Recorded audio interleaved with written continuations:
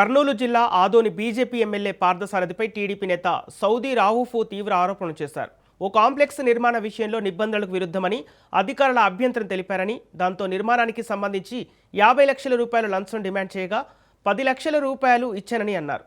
ముందుగా నిర్మాణదారుడు డబ్బులు ఇవ్వకపోవడంతో ఎమ్మెల్యే సమక్షంలో మున్సిపల్ అధికారులను పంపించి బెదిరింపులకు పాల్పడ్డారని సౌదీ రూఫు తెలిపారు.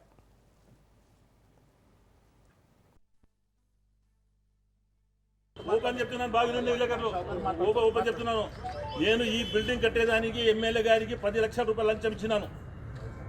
అది ప్రమాణ సాక్షిగా ఖురాన్ మోసుకొని చెప్తాను. పచ్చి బట్టలతో ఎక్కడొచ్చి పిలిచి చెప్పినా 10 లక్షలు ఇస్తాను. ఆయన 50 లక్షలు నాకు డిమాండ్ చేస్తాడు. నేను ఇవ్వనని చెప్పినాను. అందుకోసమే సార్ వాళ్ళు పెడతారు. సార్ వాళ్ళు పేరు చెప్పడం లేదు. ఎందుకు చెప్పడం లేదంటే వీళ్ళకి ఉద్యోగస్తులు కాబట్టి చెప్పడం లేదు. నాకు తెలుసు సార్, మీరే 10 సార్లు చెప్పారు సార్. మీరే 10 సార్లు చెప్పండి. 10 సార్లు మీరే చెప్పినారు. మేము చెప్పమే, మేము ఉద్యోగస్తులు, మేము పేరు చెప్పమని చెప్తున్నారు. ఈ 40 లక్షలు ఇవ్వలేని కోసమే ఈ డివిజన్ వచ్చింది. ఊర్లో అన్ని బిల్డింగ్లన్నీ డివిజన్ కొడితే నా బిల్డింగ్ నేను కొడతాను.